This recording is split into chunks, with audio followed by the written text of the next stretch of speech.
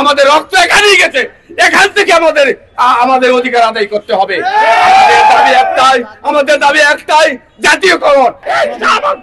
আমরা রক্ত দিয়েছি, প্রয়োজনে আরো 1 সাগর রক্তের বিনিময়ে হলেও এই 40 বছরের বঞ্চিত জাতীয়কে আমরা স্বাধীন করে ছাড়বো ইনশাআল্লাহ। নারায়ে তাকবীর। সংগ্রামী শিক্ষক ভাই ও বোনেরা, আপনারা রাজপথে আছেন, একদিন নয়, 2 দিন নয়, একে একে আজকে 10টি দিন 10টি রাত অতিবাহিত হয়ে গেল। সরকারের কাছ থেকে আমরা কোনো আশ্বাস পাই নাই।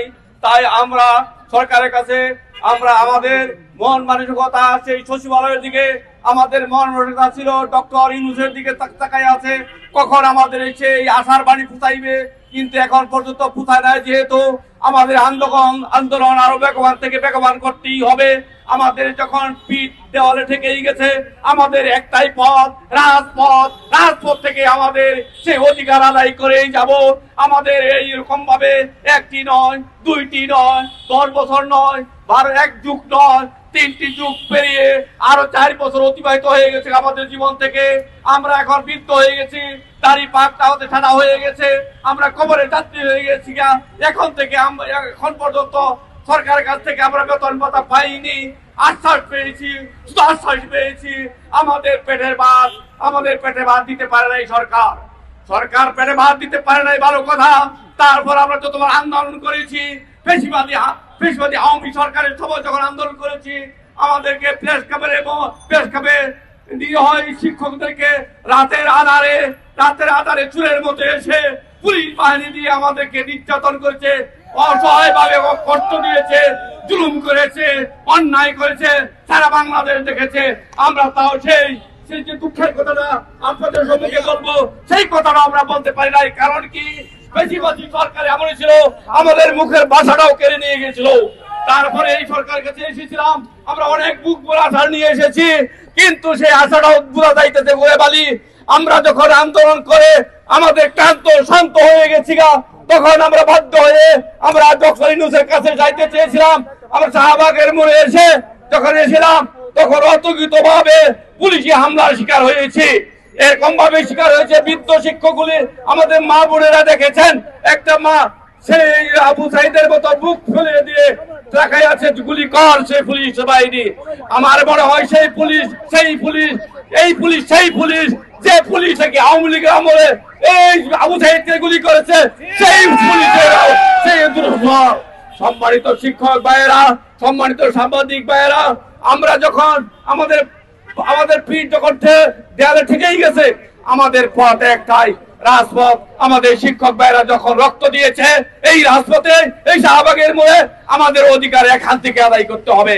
যেখানে আমাদের যে জিনিস হারায় সেখানেই খুঁজতে হয়। আমাদের রক্ত এখানেই গেছে, এখান থেকে আমাদের অধিকার আদায় করতে হবে।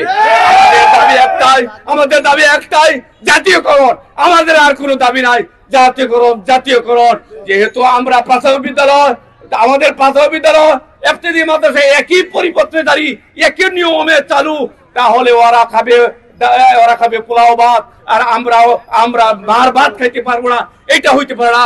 এরকম বৈষম্য দেখতে চাই না, কোন শিক্ষক দেখতে চায় না, আমার জাতি দেখতে চায় না, বাংলাদেশ দেখতে ছাড়া সারা বিশ্ব আমি দীক্ষা জানাচ্ছি বাংলাদেশ সরকারকে, যে এদেরকে কেন এখনো এই রাজপথে রেখেছে। মুহূর্তবাদী তো এই দাবিটা মেনে নিতে পারে। আমরা সরকার খুব একটা বেশি নয়, যেখানে 13 সালে 26,000 প্রাইমারি স্কুল জাতীয়করণ করলো, আমরা মাত্র 8,000 থেকে 9,000 মাদ্রাসা, এই সামান্যতম মাদ্রাসা জাতীয়করণ সরকারের জন্য কিছুই না। অথচ আমাদের সাথে তাল বাহানা করেছে অতীত সরকার। আমাদের সবসময় আমাদেরকে যাচাই বাছাইয়ের নামে আমাদেরকে ধোঁকাই দিয়েছে, দীপমণি ধোঁকা দিয়েছে, ফেসি সরকার হাসিনা ধোঁকা দিয়েছে। তার সই সামলিত আমাদের কাছে চিঠি আছে, আমাদের বেতন ভাতার জন্য বাজেটেও রেখেছে। সেই বাজেট কোথায় গেল আমরা জানতে পারলাম না। ভাইয়েরা আমার, অতীতে ধোঁকা খেয়েছি, আর ধোঁকা খেতে চাই না। আমরা কি ধোঁকা খেতে চাই? সম্মানিত শিক্ষক ভাইয়েরা, আমরা রাজপথে আছি, রাজপথে এর থেকে আমাদের অধিকার আদায় করবো। উপরে করে কেমন হতে পারে? আসলে এই বিষয়টা হচ্ছে আপনারা জানেন যে আজকে আমরা এখানে 3 দিন যাবত এই খোলা আকাশের নিচে শুয়ে আছি। গতকালকে আমাদের আন্দোলন বাস্তবায়ন অর্থাৎ এর আগে 7ম দিন পর্যন্ত আমরা জাতীয় প্রেস ক্লাবে অবস্থান করেছিলাম। এখন এই রাজপথে অর্থাৎ এই শাহবাগ মোড়ে আমরা 3 দিন যাবত অবস্থান করতেছি। গতকালকে আমাদের আন্দোলন বাস্তবায়ন কমিটির নেতৃবৃন্দরা ঘোষণা করেছে আজকে দুপুর পর্যন্ত সময় দেওয়া হয়েছে। যদি আজকে দুপুর 2টার আগে মন্ত্রণালয় থেকে সুস্পষ্ট ঘোষণা না আসে তখন কোন ধরনের আন্দোলন হবে এবং কোন ধরনের কর্মসূচি হবে এটা আমাদের আন্দোলন বাস্তবায়ন কমিটির নেতৃবৃন্দরা নির্বাচন করবেন এবং আমরা যারা সাধারণ শিক্ষার্থীরা সক্ষম আছি আমরা তাদের আন্দোলনকে বাস্তবায়ন করার জন্য যা করার তাই করতে